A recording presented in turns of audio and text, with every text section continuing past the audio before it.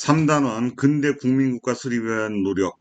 첫 번째, 동학농민운동이 일어나다. 제28처시 수업을 진행하겠습니다.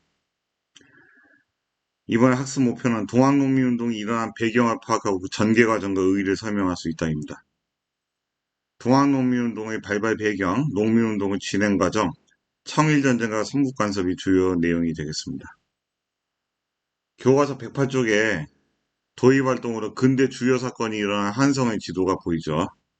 새 건물이 보이는데 경복궁 오코르는요, 비극적인 사건이 일어났습니다. 1895년이 을미년이죠. 을미년에 중전 민씨가 살해당하는 을미사변이 발생을 했죠. 누구에게 살해당했느냐? 일본에게 살해당했죠. 일본의 낭인들이 경복궁에 난입을 해서 새벽에, 밤에 난입했죠, 밤에. 그래서 중전 민씨를 잔혹하게 살해했습니다. 명성황후 시해 사건이 일어나는 곳이 바로 경복궁 오코르입니다. 그 다음에 이제 러시아 공사관이 나와요. 이제 자기 부인인 중전 민씨가 이렇게 일본 놈들에게 잔혹하게 살해당한 다음에 고종이 신변 위협을 느껴서 러시아 공사관으로 피신을 했어요. 경복궁에서 탈출해가지고. 그래서 바로 뭐 1896년에 아관 파천이 일어났죠. 1896년에. 러시아 공사관을 아라사 공사관이라고 불렀어요. 러시아를 아라사라고 불렀기 때문에 아라사. 아라사가 러시아를 의미하는 거예요. 그래서 아라사 공사관에 국왕이 피신했다. 아관 파천이 일어났어요. 그로부터 1년 후에 고종이 경복궁으로 항공하지 않고 자기 부인 중전 민씨가 살해당했지 않습니까? 여기 어떻게 끔찍해서 가겠어요. 일본에게 또 살해당할 위협도 있고 고종이. 그래서 어디로 피신했다. 러시아 공사관과 가까운 경운궁. 지금 어디입니까? 덕수궁이에요. KTX 서울역에 도착하면 KTX 타고 서울역에 도착하면 걸어서 한 10분 거리에 있는 게 바로 이제 그 숭례문 지나서 이제 덕수궁이죠. 이 덕수궁이 경운궁이라고 불렀고요. 이쪽으로 고종이 다시 돌아왔어요. 그래서 고종이 여기 덕수궁에서 1919년 사망할 때까지 살았어요. 바로 이 덕수궁으로 돌아오면서 환궁하면서 1897년에 광무개혁을 이제 여기서 추진을 해요. 나라 이름은 조선에서 대한제국이라고 바꾸고 고종은 황제로 취임하고 일본 놈들에게 살해당한 중전 민씨는 명성황후로 추존이 되죠. 그게 이제 주요 사건이 일어난 한성입니다. 그래서 예시다반 경복궁에서 명성황후 사되기도 했지만 가보개혁이 추진되기도 했다. 경복궁에서 고종은 러시아 공사관에서 만 2년 거주했다. 경운궁 오늘날 덕수궁으로 대한제국 근대화 사업 바로 광무개혁이 추진된 본거지다. 바로 오른쪽 밑에 황단이라고 해가지고 환구단위도 그려져 있다. 교과서 이제 109쪽을 보겠습니다. 동학농민운동이 일어나다. 동학농민운동 당시 농민군의 무기는 죽창이나 농기구가 대부분이었고 기껏해야 화승총 정도가 있었다. 농민군은 대나무 쪽에 장태를 만들고 그 안에 볏짚이나 송으로 채워 방탄 역할을 해서 총알을 막는 데 활용했다. 죽창이 강한 무기가 아니에요. 대나무로 만든 창은 가장 약한 무기예요. 쇠로 된 무기하고 부딪히면 깨지지 않습니까? 농민들이 들고 일어난 겁니다. 농민들이 그냥 원래부터 참기 좋아하는 농민들이 이렇게 봉기를 할 정도면 갈 때까지 간 겁니다. 얼마나 수탈이 심했으면 일어날까요? 농민 전쟁이 일어난 거죠. 이에 반해서 정부군인 관군과 일본군은 소총과 기관총 등 근대식 무기로 무장을 했죠. 이러한 무기에서 큰 차이가 났으니 농민군은 났으나 일본군과 관군에 맞서 용감하게 싸웠죠. 그러나 이 무기의 그 위력을 넘지 못해 게틀링 기관총. 어? 이걸로 이제 우금치 전투 때 동학농민군 3만 명을 학살하는 데 사용했던 일본군의 무기입니다. 그 다음에 본문 내용부터 가죠. 동학의 확산과 교조신원운동. 개항 이후 청일 상인의 농민이 무엇을 요구하며 봉기했는가 이게 나오는 거죠 이제. 동학농민운동의 배경입니다. 개항 이후 청일상인에 의해서 영국산 면직물이 싼 값에 들어오면서 면포로 짜서 팔던 농민들이 경제적 큰 타격을 입었죠. 첫 번째, 1번. 또한 일본으로 곡물 수출이 늘어 곡물 가격이 오르자 일본에 대한 농민들의 반감이 커졌죠. 2번. 개화 정책으로 인한 정부의 재정 지출이 농민의 세금 부담을 이어졌죠. 3번. 이에 따라 1880년대 이후 농민 봉기가 크게 늘고 동학에 가담하는 농민들이 많아졌습니다. 동학은 이대 교주 최시영이 포접제의 조직망을 정비하고 포교에 힘썼죠. 그러면서 경상도, 전라도, 충청도, 바로 3남 지방과 경기도까지 동학이 크게 확산이 됐어요. 동학 교세가 빠르게 확산되자 지방간들은 동학을 탄압하죠. 사교로 규정하고 탄압을 했으니까요. 농민들에게 동학교를 누명을 씌워 수탈을 했다. 지방간의 수탈 4번. 이러한 상황 속에서 동학교도들은 1892년부터 충청도 공주, 전라도 삼내, 서울 한성 여기서 교조 최재우의 억울함을 풀고 포교의 자유를 요구하는 동학의 자유를 요구하는 교조 신원운동을 전개하게 됩니다. 교조의 최재우의 명예를 회복하고 포교의 자유를 얻는 운동이죠. 이런 교조 신원운동에서 출발했으나 93년부터 이 종교적인 성격을 띠고 있었으나 93년부터는 이 종교적인 운동에 외세배척 구호가 나타나요. 한성의 외국 공사관 등지에 외국인을 배척하는 벽보가 붙고 충청도 보은과 전라도 금구 집회에서 농민들 집회를 열었던 거예요. 농민들이 모여서 수십만 명이 모여서 종교적인 요구에 일본과 서양 모두를 배척하는 구호가 제기됩니다. 이게 바로 척외양이라는 구호가 나와요. 척외양. 배척한다. 일본과 서양 세력을. 이런 정치적인 성격으로 점점 발전이 되는 거죠. 보은 집회와 대전 집회. 금구 집회에서. 이 정치적인 성격을 띠면서 드디어 봉기가 일어나게 되는 거죠. 시발점이 되는 사건을 보도하죠. 고부농민 봉기. 1894년이 됩니다. 대표적 곡창지대인 전라도 고부에서 탐관오리 대명사가 나오죠. 드디어.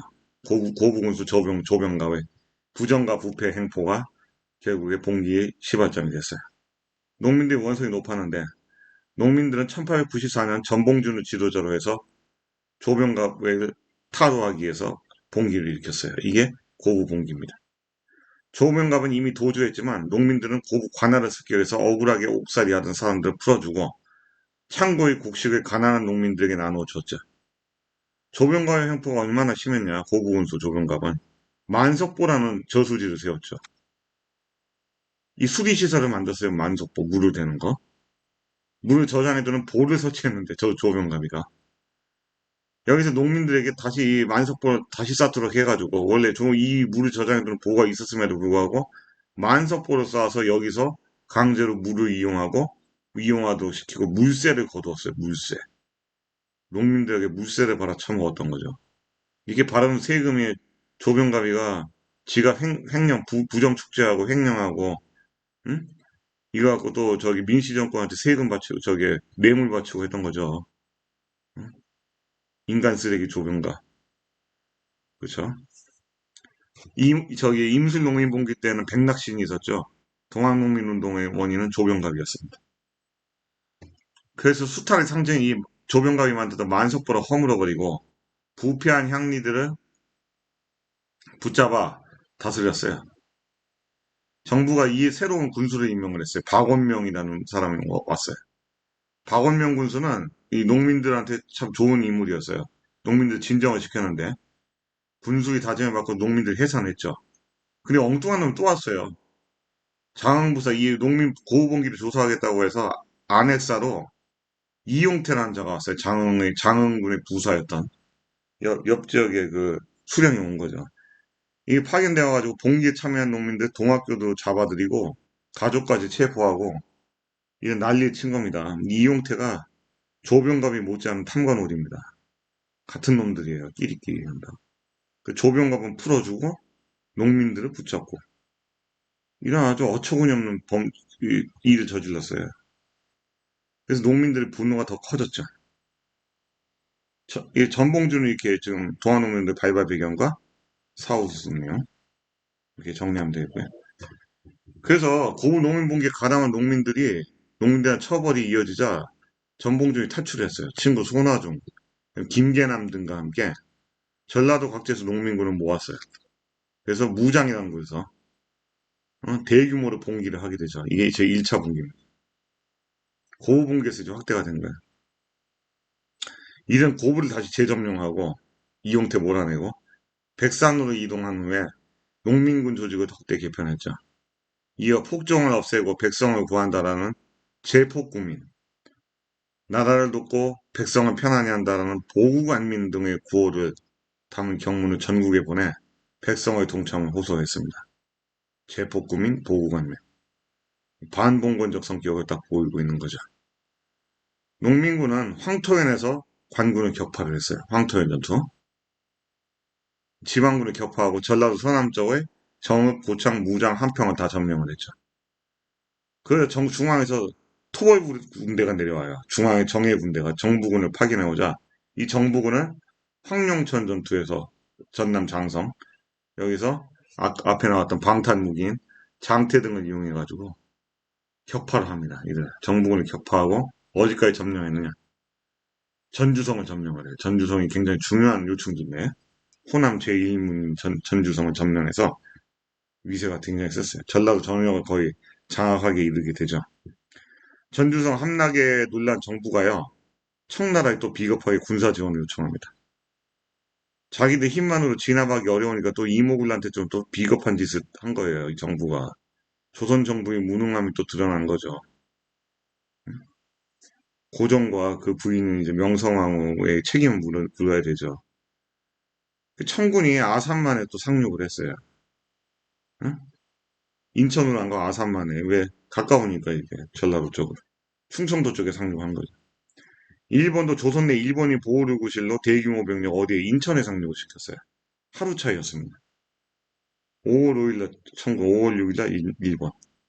이와 같은 상황이 벌어지자 농민군은 전주성에서 이 전라도 일대에서 이 나쁜 정치, 탐관오리를 제거하고 바른 정치를 하겠다는 패정개혁하는 정부하고 약속을 받습니다.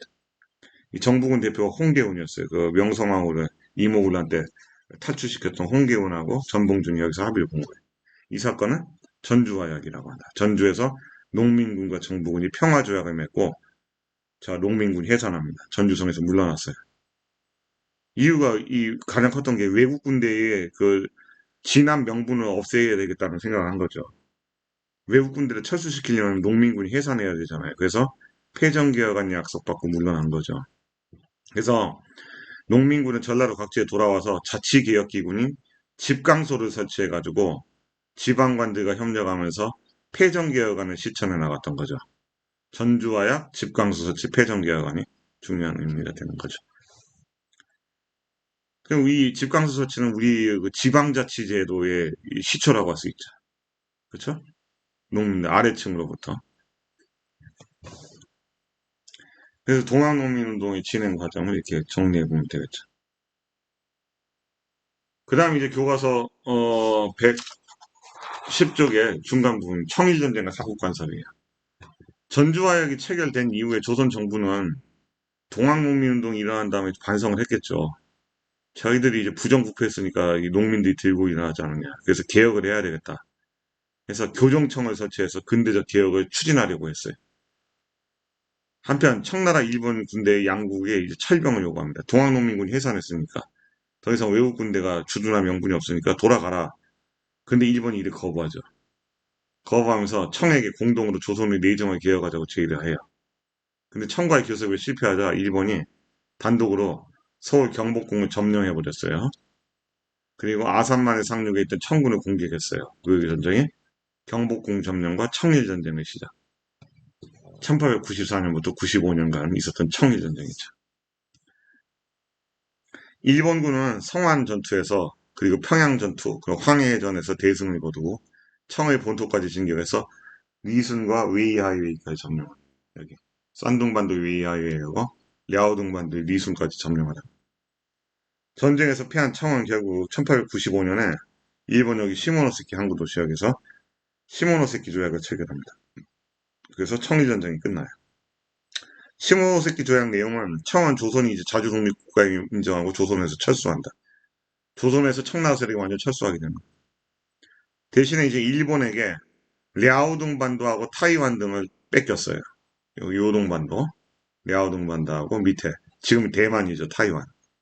이게 일본의 식민지가 된 겁니다. 그 다음에 막대한 배상금을 일본에게 줍니다. 청나라가 은으로 8억 냥을 이제 줬어요. 청의 경제가 큰 타격을 받았죠.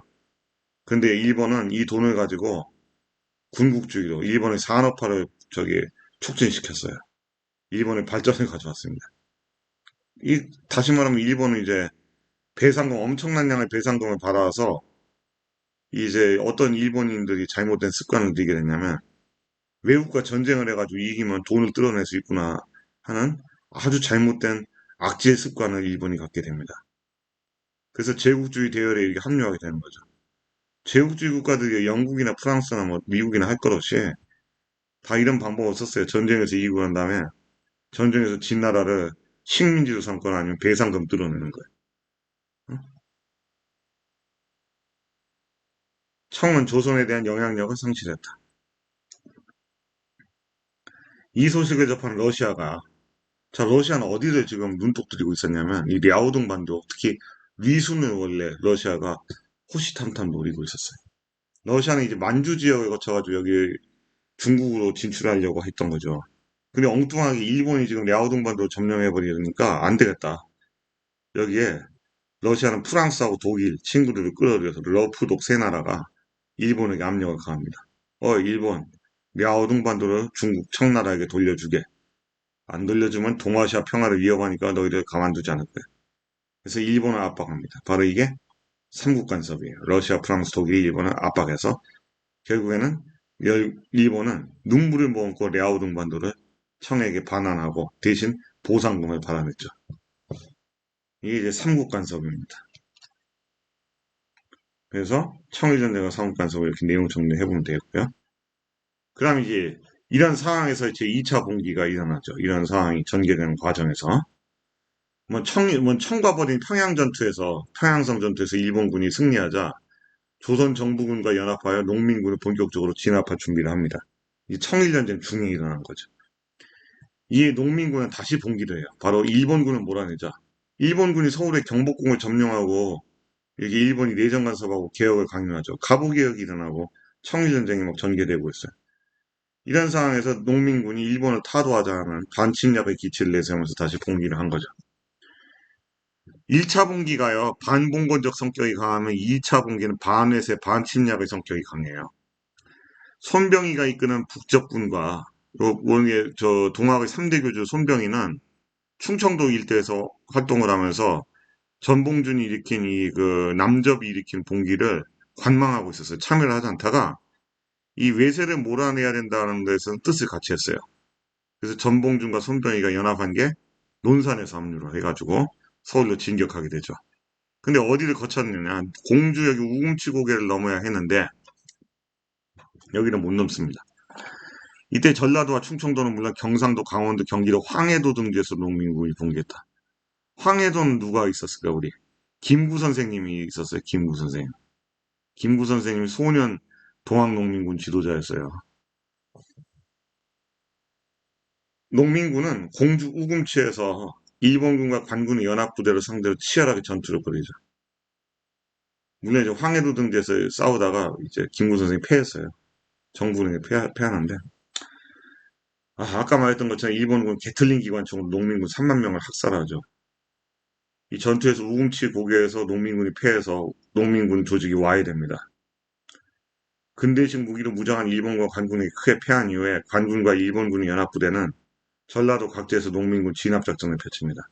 곳곳에 다 농민군이 패해요. 양반 향리들이 조직한 민보군, 동그라미 민보군은 이 농민군을 타도하는 민병대의 성격을 띠고 있어요. 마치 그 중국에서 태평천국 운동 전쟁이 일어났을 때, 태평천국 운동이 일어났을 때, 그 진압했던 한인, 양무운동을 추진했던 증국본 리용장 등이 조직한 향용과 유사한 조직이라고 할 수 있죠. 이 민보군은 농민군을 싫어했어요. 농민군이 패전개혁 추진하면서 신분제를 흔들어 놨기 때문에 농민군들이 이제 싼것이라고 보면서 반란 세력으로 보면서 동학당이라고 부르면서 공격을 했죠. 이때 옛날에 그 정부는 뭐라고 불렀을까요? 동학농민운동을 동학당의 난이라고 불렀겠죠. 밀란. 그러나 그건 옳지 못한 용어죠. 그건 지배층의 시각이고 아래로부터 역사의 시각에서는 동학농민전쟁, 동학농민혁명 이런 용어가 더 타당하겠죠. 근데 교과서는 이제 중립적인 용어로 택하기 때문에 애매하게 운동이라는 말을 써서 동학농민운동이라고 이제 표현하죠. 우리 저기 민주화 5.18 민주화 운동처럼 이제 운동이라고 이제 항쟁을 이제 운동으로 이제 설명하는데 결국에 1894년 12월 전봉준, 김계남, 손아정 이 농민군 지도자들이 다 체포돼서 처형당했어. 이듬해 각지의 농민봉기는 모두 진압되면서 동학농민운동은 실패로 끝나고 말았죠. 일본군과 간군이 엄청나게 학살을 저질렀어. 일본군도 특히 전라도 일대에서 수많은 농민군을 학살을 했습니다. 그래서 농민군 지도자의 뭐 목을 베어가지고 머리 그 두개골이 일본에서 발견됐죠. 농민군 지도자의 두개골이. 참. 일본의 만행을 기억해야 됩니다. 그러니까 동학농민운동은 양반 중심의 신분질서를 개혁하려는 이 반봉건적 성격과 외세의 침략을 물리쳐 나라를 지키려는 반침략적인 성격과 동시에 지니고 있어요. 농민군이 제시한 패전개혁안은요. 갑오개혁의 일부 반영되어 실현됐고 동학농민군의 자녀 세력이 의병에 가담함으로써 뭐가 되죠? 항일의병 투쟁으로 이제 계승이 되는 거죠. 동학농민군의 자녀 세력이 을미의병에 가담. 그래서 내용 정리를 이렇게 정리해 보면 되겠죠. 동학농민운동 현장과 기록 교과서 113쪽에 있죠. 고우농민봉기. 그 다음에 이제 고우농민 사건 순서대로 하면 고우농민봉기가 1번, 황토연전투가 2번, 다시 황룡천전투가 3번째, 전주화약 4번째, 아이고, 5번째가 농민군의 남북적 연합, 논산집결, 그 다음에 6번째가 우금치 전투.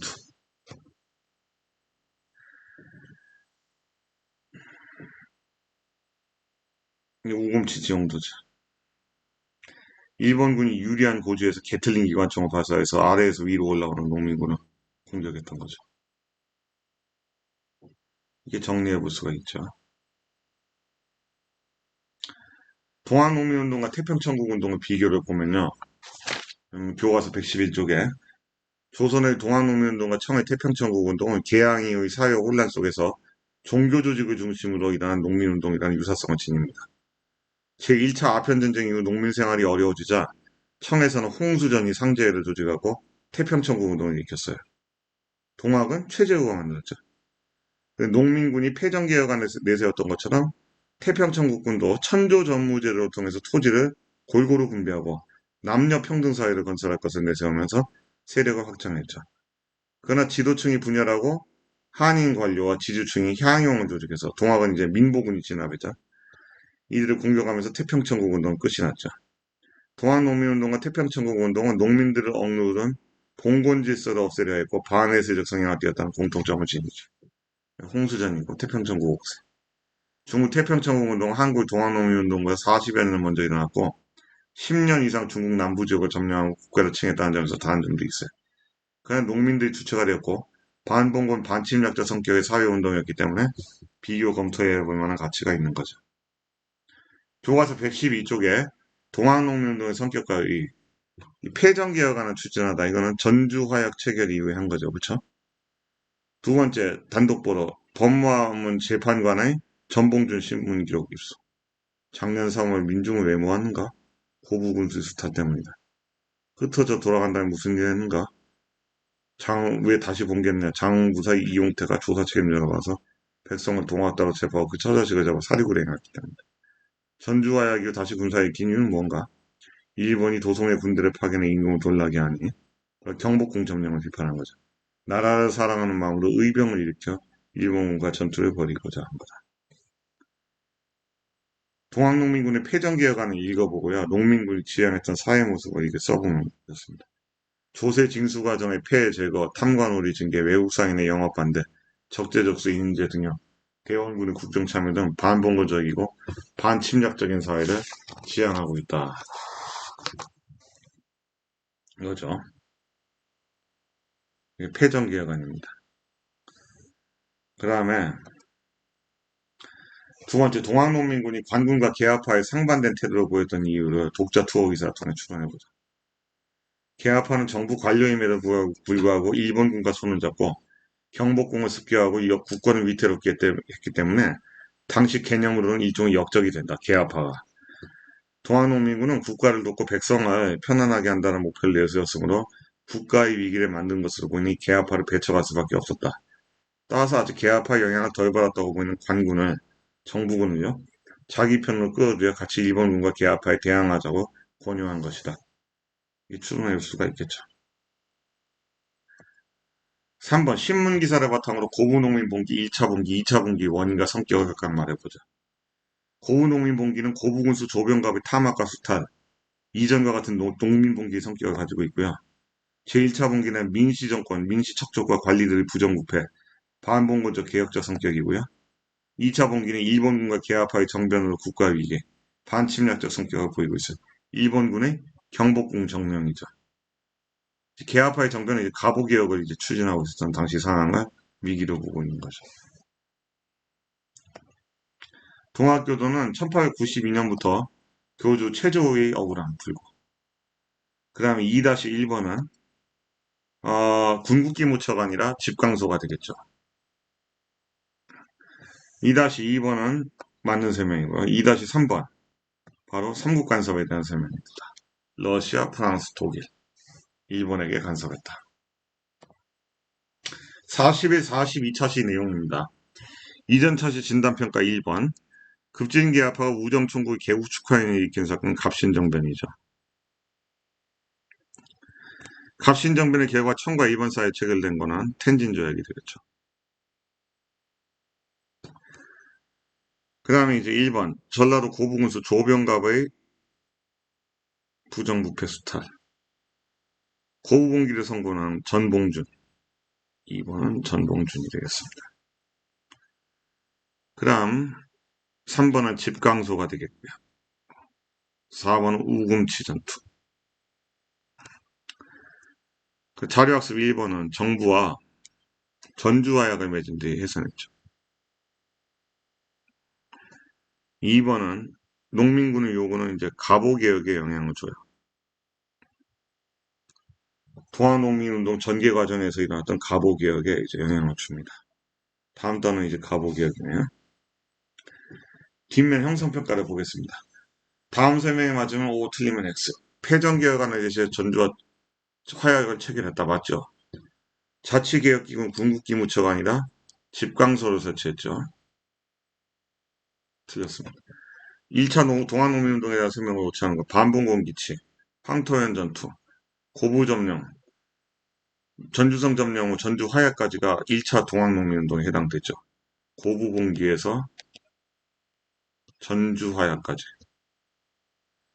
전주 화약 체계를 내고 집강소 설치를 해가지고 패전개혁안 실현할 때까지가 1차 분기죠. 근데 우금치 전투는 2차 농민운동에 해당되죠. 동학농민운동. 4번이 답이 됩니다. 동학농민운동의 배경을 오차하는 거. 1번의 경제 침탈로 농촌경제 파탄. 포접제를 기반으로 동학교세 확산. 삼정이 다시 문란해지고 매관매직 성향 맞죠? 이거 다 맞은 설명. 개화 정책에 따른 국가재정 실현하면서 농민의 세금 부담이 늘어났다. 전라도 고부군수 이용태가 아니죠. 만석보로서 한 거는 조병갑이죠. 이용태는 이제 고부분기 일어나고 난 다음에 안핵사로 와가지고 뻘짓거리를 한 놈이고요. 조병갑에 이용태 같은 자들이 있으니까 문제가 되는 거고. 그래서 옳지 않은 것은 5번이 답이 되겠습니다. 청일전쟁으로 일본군은 청의 본토까지 진격해서 위순과 웨이하이까지 점령했다. 전쟁에서 패한 청은 일본과 시모노세키 조약을 체결했다.